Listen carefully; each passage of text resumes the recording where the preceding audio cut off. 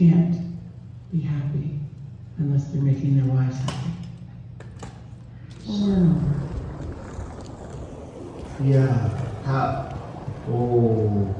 I think tornadoes just rip through a lot of places, especially on the plane.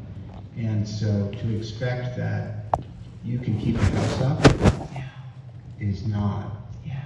It's not a lunch special. Yeah, but the thing about husbands is that they feel that it's their job to protect their families.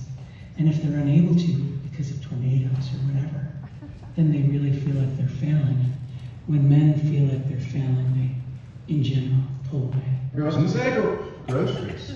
And so, I mean, bringing home the bacon is one thing, but digging a hurricane basement and then furnishing it with also food stamps is just, it's no easy moment for a lobster. And the kind of worries that men are carrying around with them all the time make erectile dysfunction rampant right now. Like, men are not worried about sex. They're worried about their wives being happy and their families being protected. They'd run that good hard. Zizinis look like shrimp. And I feel that rampant is more appropriate to the family crest. I'd wear it on my breastplate if I was going into armor against a javelin. But as far as hopping up and down like a grasshopper, I just leave that to the marbles. If you ever have sex in a underground shelter, it is wonderful because there's no light, there's no sound getting in, and you can be as loud and as free as you want. And if a tornado is raging outside, it can rage on the inside of the shelter as well. Men really like that. They like tornadoes raging while they're having sex. Sure. I like a double feature myself. Also a crest. And I like the kind that has like little bands of mint running through it, but it's mostly white.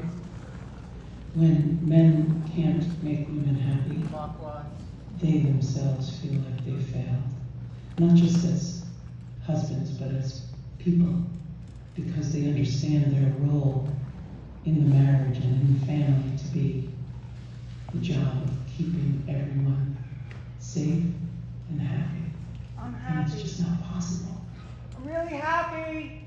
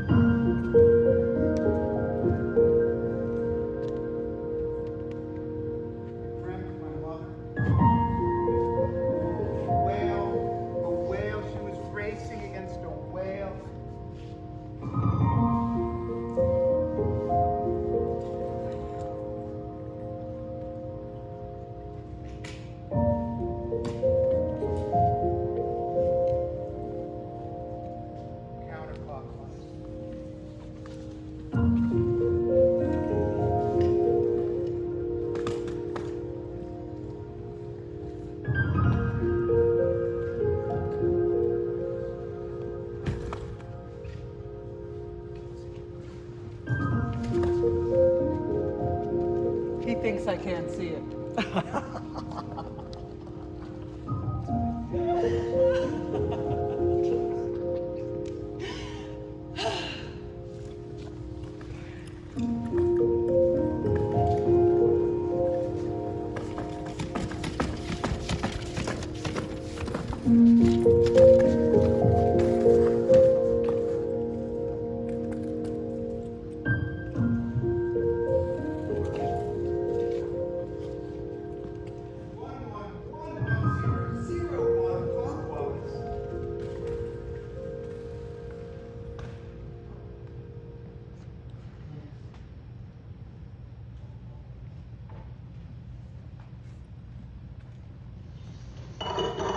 I feel awake sometimes. I think I actually, where is it? It's hard to describe. It's either 100 feet over me or it's just attached to my left leg. I am, there's, no, you know, I there's something that I feel like follows me. It's almost like I'm pulling it, but also it's really following me, and mostly I don't mind. Is it your goddess wisdom? No, that's above me and in front of me. This thing is behind me, and yeah, I'm not sure what it is. It's big. It's really big. Huh. Does it have a handle? It does. That's cool. Yes, but you know, it's funny. Even though it has a handle, sometimes I feel like it can't handle it. Neat. Yeah. That's a paradox, right? Yeah, how about yours? Not so much a handle as wheels. So it's like, now that I'm mature, now that I've lived, now that I have understanding, my shit just rolls with me. You know? Yeah, totally. That's exactly right. It just goes, it rolls with me. You know, do you ever feel like you would like to go somewhere without it? Yeah, but it's always there. I mean, Yeah, so it rolls with you, but sometimes you wish you could leave it behind. it's not real handy when you're making love. Yeah, there it always is. I looked through the Kama Sutra and it's not in there. Not even the wheels, not even the rolling one. Surprisingly not. Is that it right there? It's invisible. Actually, sorry to tell you this, but I think I see it. A lot of women have told me that they can't see it at all. Well, maybe they can't, and maybe they want to be nice to you and let you think that they don't see it, but frankly, handle, wheels, left leg, yeah, I think I see it. I totally want to believe you, but tell me what color it is. Bluish green. It's kind of blue, kind of a greenish blue. I'd be lying if I told you that wasn't true.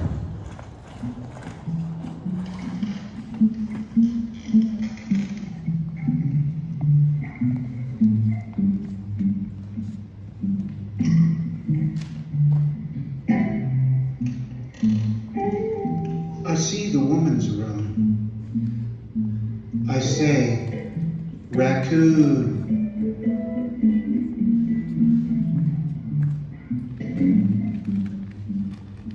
If you see something, say something. I see your skeleton. I say, Marcel. If you see something, say something. I see motion. I see time. I see leggings. I see my feet moving through security. If you see something, try to say something about what you see. I see myself moving away from my cat. I see myself moving away from my cat is also what I say. I say it 3 times. I see myself moving away from my cat. If you see something, see something. I see that You're being so good. I see myself in the sky. I say, caulk.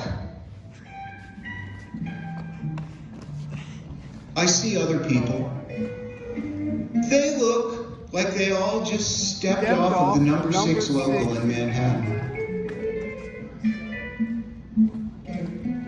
I see other people. They look like they just stepped off the number 6 local. And I say, innocence. I see that everything I have done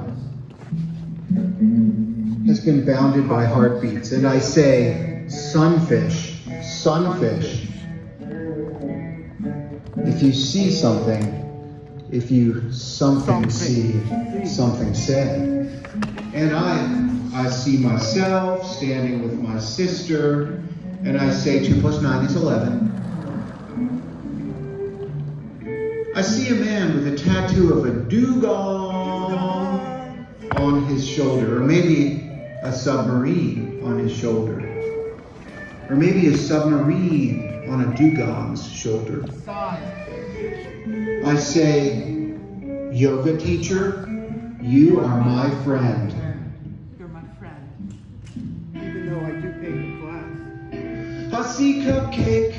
I say cupcake. I see a pilot. I say briefcase. I see a window. I say hearing protection. I see legs and noses. I say Florida. I see rolling bags. I say they are all accompanied by strangers who gave them to themselves, and I don't know what is inside these strangers or their bags. I see books. I see video.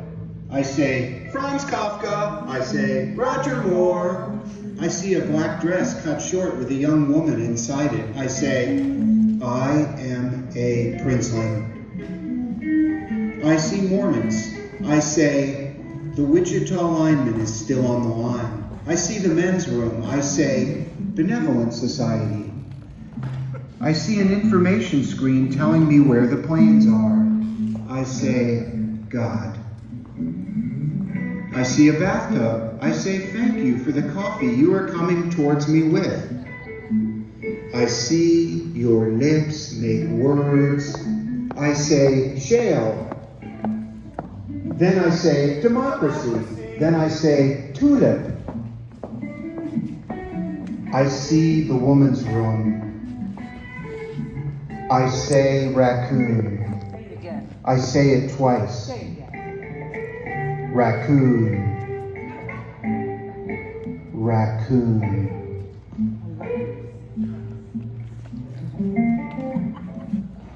Hi, is this 15B or is that B? I'm in B. Oh, okay. I think my ticket is B, so can I swap with you? But I'm in B. No, I know, but my ticket, if you look, it says 15B, so, okay, never mind. You want me to just sit in A? I'll just sit here. Yeah, because I'm in B. I see that. Okay, no problem. I don't mind. In fact, I really prefer the aisle anyway, so that's just fine. Okay. Okay, so, it's a little warm. Would you mind? I can't reach the fan. Could you turn that on for me? I've already fastened my seatbelt. I don't think you'll have to unfasten. Never. Okay. So.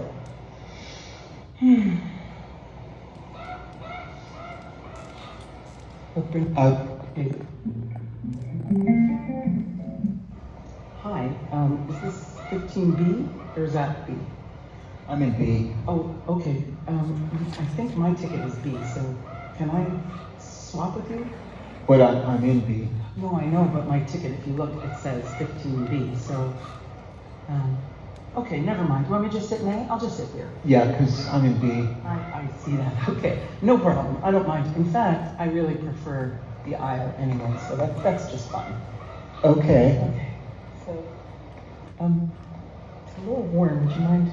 I can't reach the fan. Could you turn that on for me? I've already fastened my seatbelt. I don't think you'll have to unfasten. Never. Okay. So,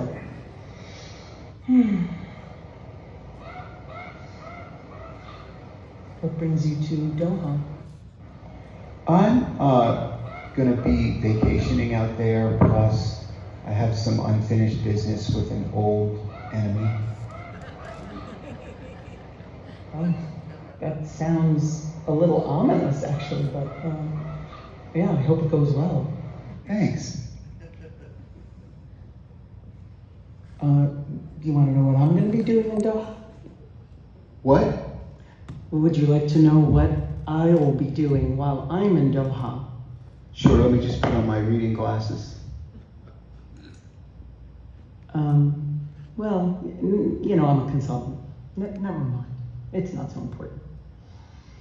Hector, what? I'd like you have bourbon? Yeah, please. Straight up.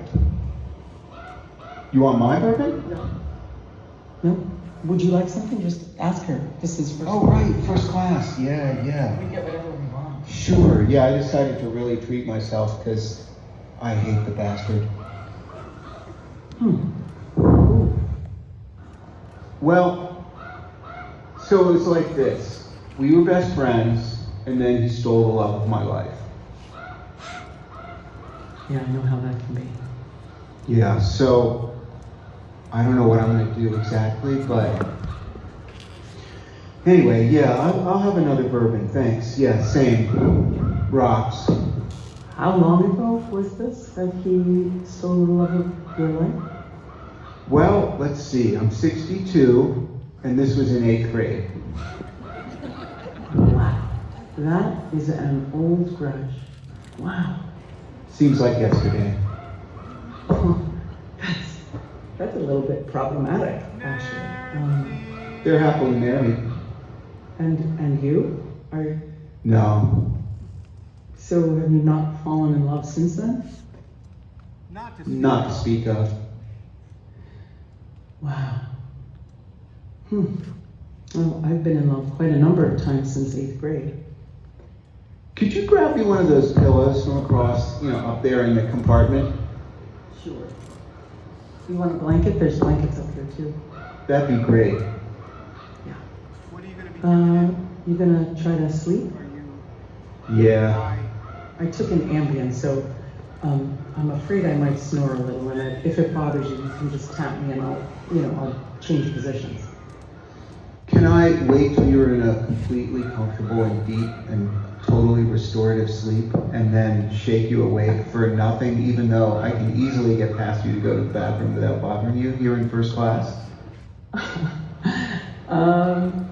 I prefer you didn't, but if that's what you need to do, then go right ahead. Yeah. I can just imagine that's what's going to happen like 5 hours in. Okay. Well, thank you. I'm gonna have my bourbon now. Sure. Great to meet you.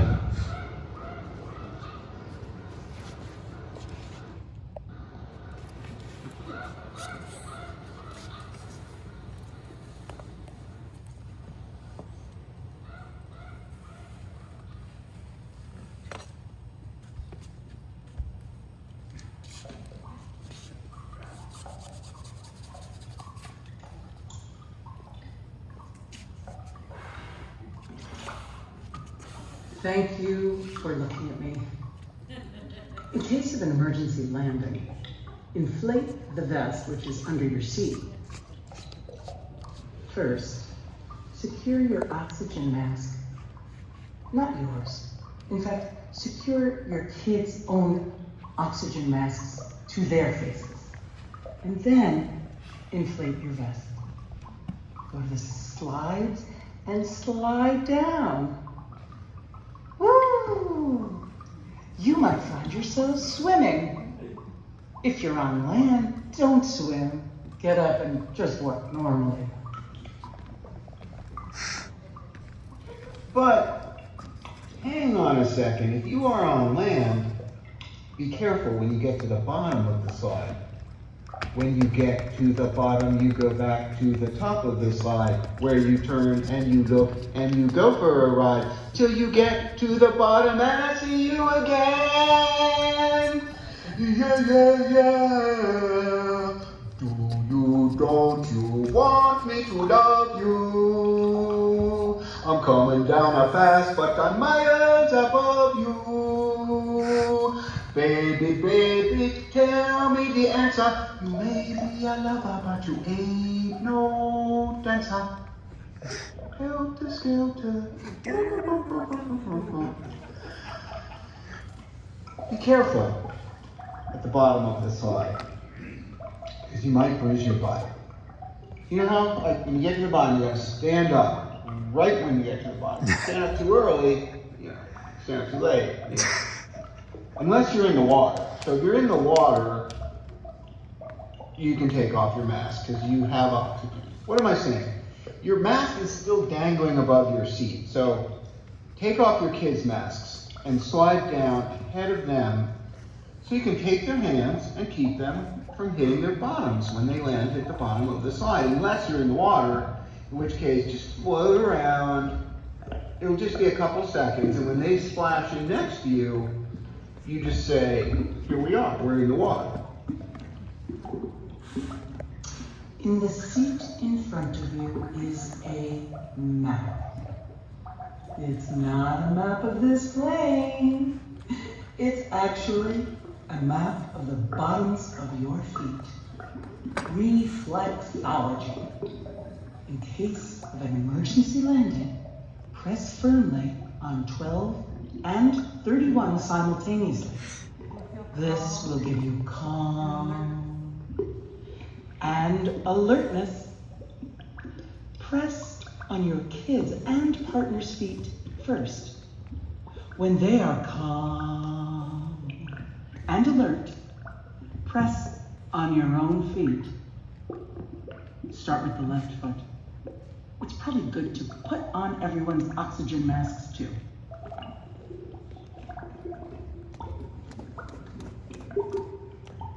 If you're in first class, your section of the plane will grow new parts and stay up in the air.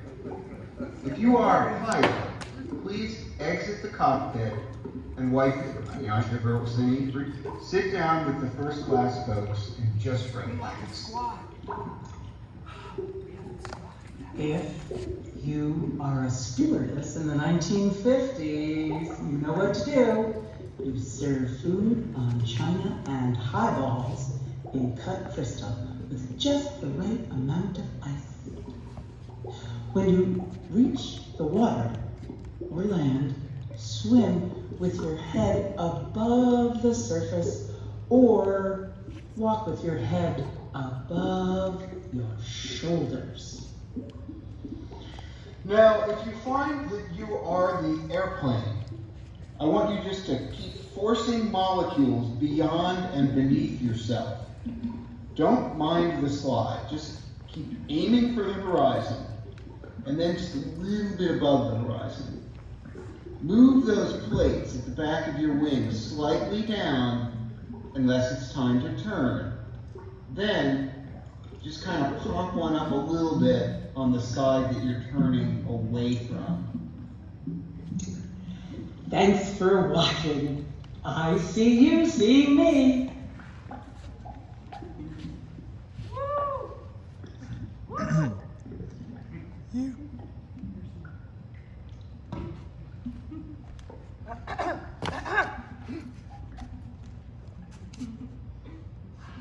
Fabulous.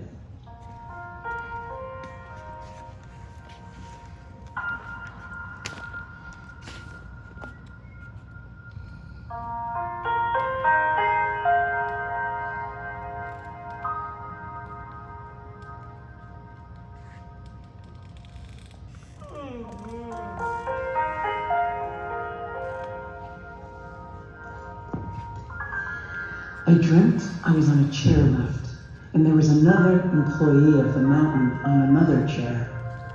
They were wearing a mask. They got off and pulled out a machine gun, and they were going to shoot the people who were waiting beside the lift. I knew something was going to happen, and I jumped off my chair and was kind of crouched, thinking how I should have stayed on the chair, and I would have gone right past this shooting danger. They had a machine gun, but they didn't shoot anyone. They saw me, and I said, okay, I'm just gonna get back on the chair and leave, all right? And they indicated that it was okay. But then they started taking shots at me, but somehow missed. Then the chair stopped as it was exiting the area, and I got to the ground and I said, look, you're my friend, because it turned out the shooter was a woman of middle years who I was somewhat acquainted with. I said, why don't we just have a date instead of killing me? Next thing I knew, we were making love. Then there was this younger woman, and the older woman said, why don't you caress her also? And maybe you can go out on dates with both of us and decide what works best. I turned to the woman and said, hold my sleeve. It was sort of a test to see what it would be like to make love with her. She couldn't quite reach it, but she bent her knees and got a little bit of a grip on it. And I said, fine, we'll go on a date. Then the older woman said, or maybe I suggested that, all right, and so I did. And that was nice. Then my alarm went off.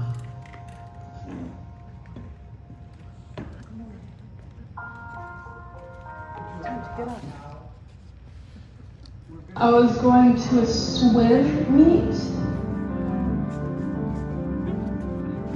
and my mom was swimming, but it was her versus a whale.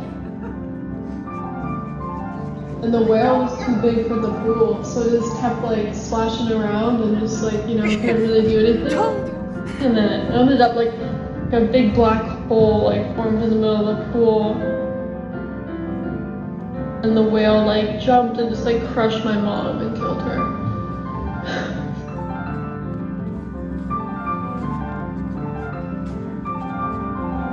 So I got paid for the first time ever, and then I had a dream that I found like $100,000 on the street, but I kept like leaving it back out on the street over and over again. And then I was like, how has no one taken this? And then I was